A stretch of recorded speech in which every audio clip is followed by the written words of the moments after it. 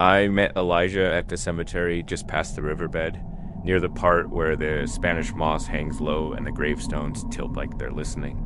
I'd been visiting my mama's plot every Sunday for a year, and one day there he was, leaning against an old stone cross with a book of poetry in hand, dressed in a gray wool coat like he stepped out of another century. He had this quiet charm, polite but intense, and when he smiled, it was like the world went still. We started talking. Week after week, he'd be there at the same time, same spot, like he was waiting just for me. He never had a phone, said he. Preferred letters and long walks. Said modern things made him feel disconnected from the soul. At first, I found it romantic, refreshing even. He asked questions no one ever had. Remembered little details about my life I barely remembered. Say, one day he brought me wildflowers and asked if I believed in fate. I laughed, but he didn't. "You're the only one who's ever seen me," he said, and I swear the wind stopped when he did. Within 2 months, we were inseparable, though I never met a single one of his friends or family. He told me he didn't have any left. He always wanted to be outside, near the woods or the cemetery, never under electric lights for too long. One evening, as the sun dipped behind the cypress trees, he proposed with a silver ring that looked hand-forged. We had a private ceremony beneath an old oak tree on the cemetery's edge, just the two of us, and a pastor who didn't speak a word before or after. I was too in love to ask questions. After the wedding, Elijah moved into my house, but he kept strange hours. He never slept in the bed with me, always got up around midnight, and left the house barefoot, muttering something about keeping the promise. He hated mirrors, covered them all with black cloth, said they were gateways. Best left closed. I thought he was just eccentric, but then I started noticing things. Animals wouldn't go near him. My neighbor's dog howled every time Elijah walked past. I awoke one night to find him sitting in the dark, whispering something in a language I didn't recognize, his eyes glowing faintly like embers.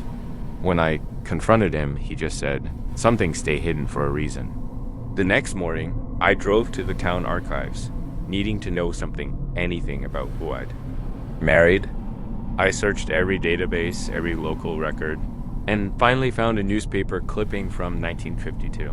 It showed a photo of Elijah's same face, same eyes, same gam coat, standing in front of that same cemetery, listed as presumed dead after fire. At Beauchamp Plantation, the article said his body was never recovered. My blood ran cold. I raced home and found him waiting on the porch, holding the bouquet I'd left on my mama's grave that morning. "I told you," he whispered, "love doesn't die." That night, I snuck into the attic and opened the chest he always kept locked. Inside were dozens of letters addressed to women, different names. Different years, all written in the same looping script, each ending with the phrase, "You saw me. You loved me. Now you're mine." There were photos too faded, aged, and every one of the women he'd written to. Standing beside him, wearing the same silver ring I had on my hand, I ran. Left everything. Drove 3 towns over and started again, but it didn't work. A week later, I visited a local graveyard out of habit and found a fresh headstone with my name engraved beside his, dated with our wedding day. My heart nearly gave out. I turned around, and there he was, smiling, coat pristine, eyes glowing faintly in the dusk. He said, "I do," he said, "and I never let my brides go." I've been running ever since, but wherever I go. The graves find me first, and sometimes when I sleep, I wake to feel his arms around me, colder than death, whispering the vows I never should have taken.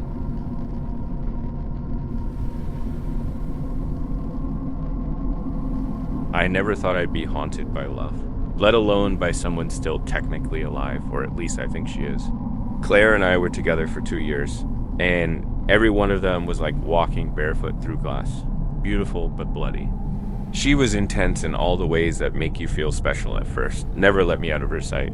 Called me 5 times an hour, said things like, "You belong to me," with a smile that felt like a threat wrapped in honey. I was blind, or maybe just stupid in love, until the night she tried to set my truck on fire with me still in it. I pressed charges, got a restraining order, and never looked back. Or I tried to. A week later, she vanished, left her house keys, car, and phone behind. Like she stepped out of her life and disappeared into the wind. Police shrugged, said she was unstable. Her mother sobbed through the porch screen and asked me if I knew anything. I didn't, but I sure felt watched. It started with mirrors.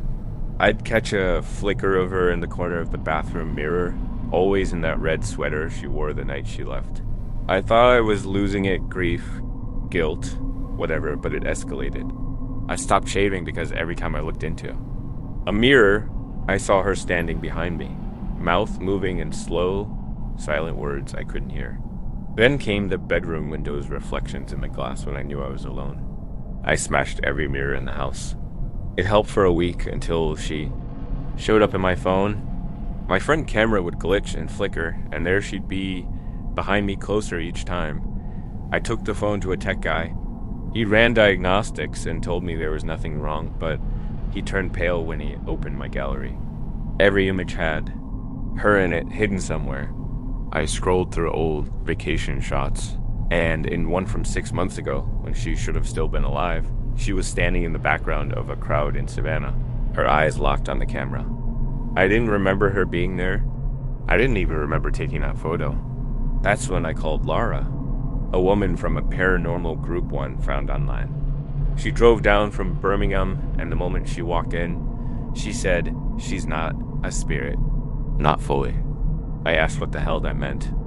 Laura said Claire had performed something called a mirror binding, a ritual that allows a soul to embed itself into reflective surfaces to watch, punish, and torment someone who wronged them. It's ancient and dangerous and near impossible to undo. She warned me not to break any more mirrors because that only multiplies her image, gives her more places to be. She's not dead, Laura whispered. She's caught, trapped between this world and her rage, and she wants you to look. That night, I covered every mirror and screen in black cloth. I taped over my phone camera. But she still found ways, water puddles, dark windows, even my own damn eyes. I swear to God. I looked into my reflection one morning and saw her staring out from behind my pupils, smiling like she'd won. I tried everything, cleansing rituals, holy water, even move states, but she followed, always watching, always waiting for me to look again. Last week, I woke to find a message written in lipstick across the bathroom mirror. Do you love me now? I haven't turned on a screen in 5 days. I keep the lights low, avoid anything that shows my face. But I can feel her just on the other side of the glass, fingers pressed against the silver backing, whispering for me to let her through. I don't think Claire ever died. I think she became something else, something patient, something cold. And one day, if I slip and look too long, I think she'd trade places with me, and no one will even know I'm gone.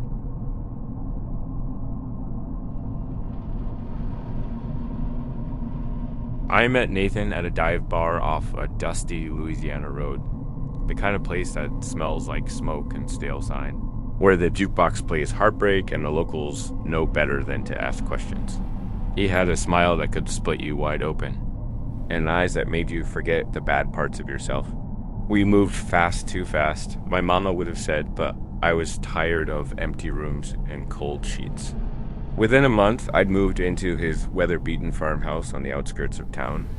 It creaked like it had secrets, but I chalked that up to age. At first, Nathan was everything, a little wild, a little possessive, but deeply loving in the way broken men sometimes are. He used to joke, half drunk, "I'll never let you go, not even if I die." I'd laugh it off, kiss the whiskey off his lips, and never think twice. But one night, after a fight that left dishes shattered and words we couldn't unsay, he stormed off in his truck into the rain-slicked dark. They found him wrapped around a cypress tree the next morning, his face twisted in a final grin, like he knew something the rest of us didn't. The funeral was quiet, just me in the wind and a preacher who looked nervous reading his last rites. Afterward, I tried to move on, tried to breathe in a house that suddenly felt too big and too cold. But then I started hearing his voice at night, whispering in that gravelly drawl, telling me he forgave me, telling me he was still here. I blamed it on grief. But when I got a text from his number 3 weeks after he'd been buried, I dropped the phone like it burned. It said, "Told you I'd never leave. I changed my number." I moved to a different bedroom. But the photos started next Polaroids left on my nightstand of me sleeping, from angles that only someone standing right over me could take. Then came the scratches. I'd wake up with marks down my back, the kind Nathan used to leave when things got rough and passionate. Only now they bled. I brought in a priest, then a medium, but both left shaken, mumbling prayers under their breath. The medium said she saw a figure in the corner, grinning with hollow eyes, whispering my name like a lullaby. I started digging through Nathan's things, his journals, anything for sense. That's when I found the booklet, buried behind the fireplace. Notes from when he was a teenager, detailing rituals from a backwoods cult he joined for spiritual protection. He'd signed a blood pact, his exact words. "If I ever find love, I'll bind myself to them forever, in flesh or spirit." My hands shook as I read it. The paper was old, stained, some of it written in symbols I didn't recognize. I tried burning it, but it wouldn't catch fire, just smoked and stank like burnt meat. That night, I dreamed of Nathan crawling out. Of the wall, bones cracking backward, mouth moving with no sound, just mouthing mine, mine over and over. I left that house the next morning with just a bag and my car keys. Stayed in an hotel 2 towns over. Thought I was safe. Until I found a new Polaroid slipped under my dormy, asleep in that motel bed. The message scrawled across it in Nathan's handwriting. "You promised forever." So did I. Now I don't sleep more than an hour or two. I don't stay in one place longer than a week.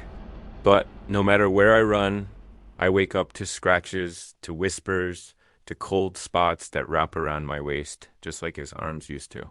Nathan was a man of his word, and somewhere between love and obsession, between life and death, he made good on his promise. He never let me go, and I don't think he ever will.